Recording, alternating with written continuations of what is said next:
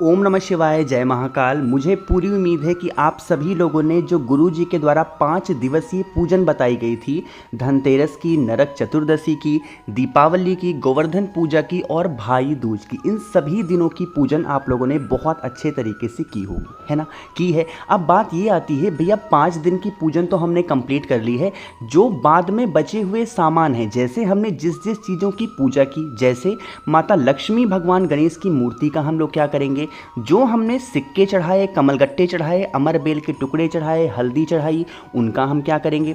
जो जले हुए दीपक पूरे 5 दिन में हम लोगों ने जितने भी दीपक जलाए हैं, उन खाली दीपक का हम क्या करें, क्या उसे हम फिर से यूज़ कर सकते हैं या फिर किसी भी नदी, तालाब, सरोवर में विसर्जन कर दें या फिर किसी को दे सकते हैं, इसकी बात करेंगे। साथ ही साथ ये भी बात करेंगे कि जो नारियल आप लोगों ने चढ़ाया था माता को, जो धनिया मैंने आपको बताया था चढ़ाने के लिए वो, और जो गुड़ है, उन सभी चीज़ों का हम क्या करेंगे। यानी कि अगर कुल मैं बात करूं तो बचे हुए सामान का हम लोग क्या करेंगे, इसी की बात करने वाले हैं। तो एक भी पॉइंट को, वीडियो को एंड तक ज़रूर देखना, छोड़ना बिल्कुल भी मत, ठीक है। चलो देखो, हम सभी लोगों ने 5 दिवसीय पूजन किया था, इसी लाल कपड़े पे किया था, थाली पे किया था कि नहीं किया था।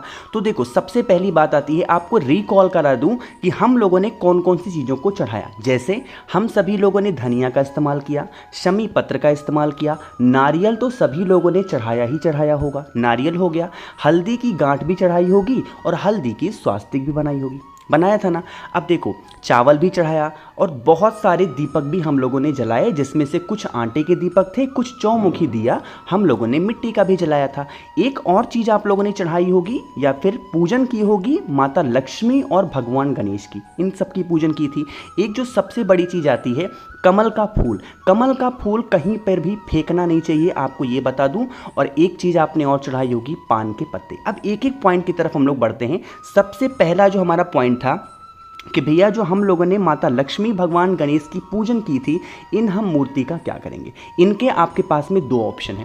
पहला ऑप्शन तो ये है कि अगर आपने चांदी की, यानी कि सिल्वर की गणेश भगवान की मूर्ति स्थापित की थी, तो भगवान गणेश की और माता लक्ष्मी की, इनकी फ़ोटो जहाँ पर भी आप अपने घर में पैसे रखते हैं, लाइक तिजोरी हो गया, जहाँ पे रुपए, पैसे, गहने रखते हो, वहाँ रखेंगे। या फिर अगर आपकी कोई शॉप है, दुकान है, व्यापार वाली जगह है, तो उस जगह पे ले जा करके भगवान गणेश और माता लक्ष्मी की मूर्ति रखेंगे, अगर सिल्वर कलर, मतलब सिल्वर में है, चांदी की मूर्ति है तो, ठीक। पहली चीज़। दूसरी चीज़, अगर चांदी को छोड़ करके आप लोगों ने किसी भी और धातु की मूर्ति, चाहे मिट्टी हो, चाहे आपने पत्थर की ले रखी हो, चाहे पे किस भी चीज़ की, तो आपको क्या करना है, वहाँ से लास्ट दिन आपको माता लक्ष्मी और भगवान गणेश की मूर्ति को जिस जगह पे आप अपने घर में पूजन अर्चना करते हैं वहाँ पे करना है। कई लोगों ने कमेंट किया, भैया क्या हम विसर्जन कर दें। ऐसी गलती भूल कर भी मत करना, ठीक है, मेरी बात ध्यान से सुनना। कहीं पर भी एक भी गलती ऐसा मत करना, विसर्जन बिल्कुल भी नहीं करना, ठीक। मूर्ति वाली बात आपको समझ में आ गई है। दूसरा जो हम लोग का आज का पॉइंट था कि जो सिक्का हमने चढ़ाया, कमलगट्टे चढ़ाए, अमर बेल के टुकड़े चढ़ाए, हल्दी चढ़ाई, इनका हम क्या करेंगे। मैंने आपको वीडियो के एंड में बताया था, मतलब जब 5वें दिन की पूजन होगी उस टाइम पे बताया था कि जो आप लोगों ने 2 सिक्कों का इस्तेमाल किया था, उन 2 सिक्कों के आखिरी दिन में क्या करेंगे, भाई दूज की जब पूजन करेंगे तो लास्ट डे पे आपको उन 2 सिक्कों को अपनी झोली फैला करके उसमें रखना है। एक कमलगट्टे मैंने आपको बताए थे, अपनी झोली में कमलगट्टे रखने हैं। मैंने एक बात आपको और बताई थी, अमर बेल का 1 टुकड़ा और हल्दी का 1 टुकड़ा आपको अपनी झोली में रखना होगा और उसे किसी भी कटोरी में या फिर किसी भी कपड़े में अच्छे तरीके से बांध करके, जहाँ पर भी आप रुपए, पैसे, गहने रखते हैं, वहां पर जो भी व्यक्ति 5 दिवसीय पूजन करने के बाद इन चीजों को अपने अलमारी में, तिजोरी में रख देता है, उनके घर में कभी भी धन संपदा को लेकर कोई प्रॉब्लम नहीं आ सकती पूरे साल, ठीक। बात आ रही क्या समझ में। तो आपको इन सभी चीज़ों को तो रखना ही रखना है। 2 चीज़ें समझ में आ गई होंगी, मुझे पूरी उम्मीद है ना। एक और बात करते हैं कि भैया, जो जले हुए दीपक थे, जैसे हम लोगों ने पहले दिन जलाया, धनतेरस पे 13 जलाए, नरक चतुर्दशी पे 14 जलाए, दीपावली पे बहुत सारे जलाए, उन सभी दीपकों का हम लोग क्या करेंगे। तो यहाँ पे देखो, मैंने एक फ़ोटो लगा रखी है, यहाँ पर देखो, एक कहाँ गया, ये देखो, तो इतने सारे दीपक आपके इकट्ठा हो गए होंगे। जिस जिस जगह पे आपने दीपक जलाए थे, उन जगहों से दीपक को इकट्ठा कर लो, ठीक है।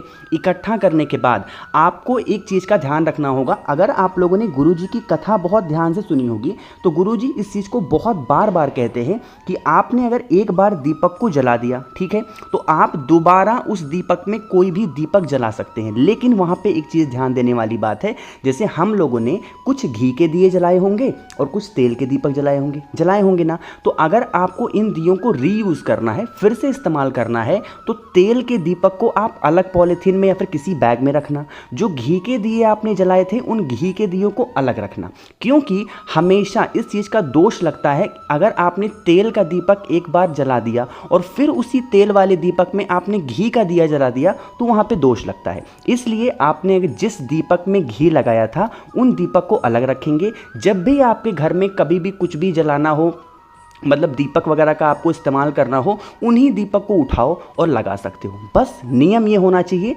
घी के दीपक में घी ही जलेगा और तेल के दीपक में तेल ही जलेगा, है ना। आपको इन सभी दीपकों को फेंकने की ज़रूरत बिल्कुल भी नहीं है, ना ही विसर्जन करने की ज़रूरत है। अगर आपके पास में बहुत ज़्यादा हो गए हैं, बहुत ही ज़्यादा हो गए हैं, तो आधा रख लो, आधा किसी नदी तालाब में विसर्जन भी कर सकते हैं। ये भी नियम हमारे यहाँ प्रावधान ऐसा माना जाता है। बट मैं कहूँगा फेंकना ही क्यों है, हम लोग के घर में, मतलब हम लोग के सनातन धर्म में इतने त्यौहार आते हैं, इतने फेस्टिवल आते हैं, तो उन सभी त्योहारों में हम लोग दीपक जलाते हैं, तो इन्हीं दीपकों को बार बार इस्तेमाल करने, फालतू में बार बार खरीदने से क्या ही फ़ायदा, है ना। समझ रहे हो मेरी बात को। बस एक चीज़ का और ध्यान रखेंगे, कभी भी आप चाहे मंदिर में जाएँ चाहे अपने घर में जाएँ, किसी और का जलाया हुआ दीपक में आप दीपक मत जलाया करो। जैसे मान लीजिए कि कोई आया और जला करके चला गया, तो आपको इनके दीपक का इस्तेमाल नहीं करना है। अगर आपने इनके दीपक का इस्तेमाल कर लिया, फिर इनको पूरा का पूरा जो लाभ आपको मिलना चाहिए, जिसका ये दीपक है, उसे मिलता है। तो किसी और का दीपक इस्तेमाल करने से अच्छा है आप अपना दीपक खुद इस्तेमाल करेंगे, है ना। समझ में आई बात। तो यहाँ पर मुझे पूरी उम्मीद है कि आपको दीपक वाली चीज़ें भी समझ में आ गई होंगी। एक लास्ट पॉइंट जो यहाँ पर बचता है हम सभी के सामने, कि जो नारियल भैया चढ़ाया था, धनिया और गुड़, इन सभी चीज़ों का हम क्या करें। तो सबसे पहले हम लोग आते हैं धनिया पे।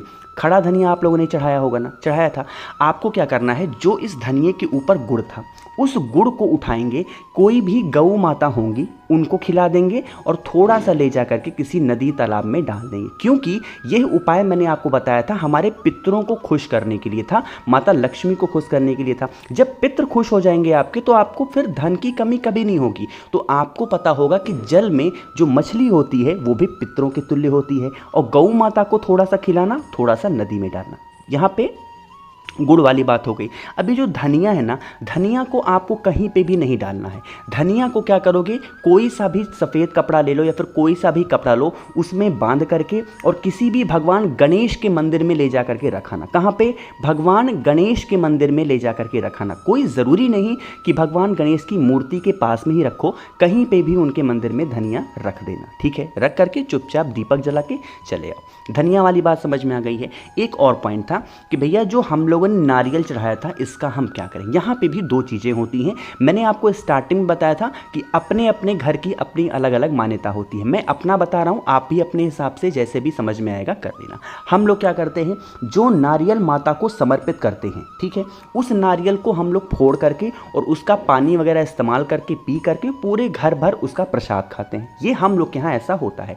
आप क्या करते हो, ये आपके ऊपर डिपेंड करता है। आप चाहें तो खा सकते हैं, या फिर आप चाहें तो इस नारियल को जो आपने चढ़ाया था अपने घर पे, किसी भी देवी के मंदिर में, किसी भी देवता के मंदिर में नहीं, किसी भी देवी के मंदिर में ले जा करके समर्पित कर दें। या फिर वहाँ पर भी कोई ब्राह्मण देवता हो, कोई पंडित जी हो, तो उनको भी नारियल आप दे सकते हो, ठीक है। नारियल वाली भी चीज़ें आपको समझ में आ गई होंगी। हल्दी वाली मैंने आपको बता ही दिया है कि उसके एक टुकड़े आपको अपने अलमारी में रखे हैं। बाकी बचे हुए टुकड़ों को आप किसी भी पेड़ के नीचे, कोशिश करेंगे पीपल पेड़ का मिले या फिर वट वृक्ष मिले, उसके नीचे जा करके हल्दी के बाकी बचे हुए टुकड़ों को डालेंगे। जो आपने बहुत सारे चावल को भी समर्पित किया था, और कुछ लोगों ने चावल को कलर करके उसकी रंगोली भी बनाई होगी, बनाई थी ना आपने, तो आपको क्या करना है, उन चावल को इकट्ठा करना। आधा चावल नदी, तालाब, सरोवर, कुआं, बावड़ी में डालोगे और आधा चावल किसी भी चिड़िया वगैरह के लिए किसी भी पेड़ वगैरह के नीचे आप डाल सकते हैं ना। बाकी की सारी चीज़ें आपको समझ में आ गई हैं। चौमुखी दीपक के साथ भी यही करना है। अगर घी का लगाया था संभाल के रखेंगे, आगे चल के घी वाला दीपक इस्तेमाल कर सकते हैं। अब बात आती है कमल के पुष्प की। भूल कर भी कमल के पुष्प को जो माता को आपने समर्पित किया था, वो आपको कहीं पर भी फेंकना नहीं है, ठीक है। वैसे तो आप इसे अपने घर में नहीं रख सकते बहुत दिनों तक, क्योंकि ये पौधा होता है है, फूल होता है, सूख जाएगा, बहुत जल्दी सूख जाता है कमल का फूल। तो आप क्या करेंगे, कमल के पुष्प को लेके जाएंगे। कोई सा भी बेल का पेड़ हो, जो बड़ा बेल का पेड़ हो जिसकी छांव आपके ऊपर पड़ रही हो, ध्यान रखेंगे अपने गमले में नहीं, जो भी बड़ा पेड़ होगा उस बड़े पेड़ के नीचे लेके जाएंगे और इस कमल के पुष्प को वहां पे रख देंगे, समर्पित कर देंगे। क्योंकि 5 दिन तक तो आपके घर में कमल का पुष्प था ही ना, उसके बाद आपको इसको उठाना, किसी बड़े बेल पेड़ के नीचे रख देना। जो पान का पत्ता था, पान के पत्तों को भी उठाएंगे और उठाने के बाद किसी भी भगवान गणेश के मंदिर में ले जा करके पान के पत्तों को भी रख देंगे। अमर बेल के एक टुकड़े को आप अपने पास में रखेंगे। बाकी बचे हुए जितने भी अमर बेल के टुकड़े होंगे, चाहे तो नदी तालाब सरोवर में, अगर नदी तालाब सरोवर कुआं बावड़ी नहीं है तो किसी भी बेल पेड़ के नीचे इसको आप ले जा करके रख सकते हैं, ठीक है। बाकी थाली वगैरह धुल करके आप फिर से जैसे इस्तेमाल करते थे रेगुलर यूज़ में, थाली का इस्तेमाल करेंगे। जो लाल कपड़ा था, लाल कपड़े को भी धुल करके अपने घर में जैसे रेगुलर यूज़ करते थे उसका इस्तेमाल कर सकते हैं, ठीक है। बाकी सारी चीज़ें, मुझे पूरी उम्मीद है सारी चीज़ें समझ में आ गई होंगी। कुछ पूछना है इसके बाद भी आपको तो नीचे कमेंट सेक्शन में पूछ सकते हैं, मैं पूरी कोशिश करूँगा आप सभी को रिप्लाई करने की। जितने भी भाई बहन मेरी इस आवाज़ को पहली बार सुन रहे हैं, चैनल को सब्सक्राइब करेंगे। मुझसे फ़ोन पे बातें करनी है तो आप हमें इंस्टाग्राम या फिर फेसबुक पे फॉलो कर सकते हैं, सर्च करिएगा द नेचुरल प्लैनेट 108, वहाँ पर हम लोग बहुत सारी बातें किया करेंगे। और जितने भी लोग वीडियो देख रहे हैं ना, बिना लाइक किए मत जाया करिए। ओम नमः शिवाय, जय महाकाल।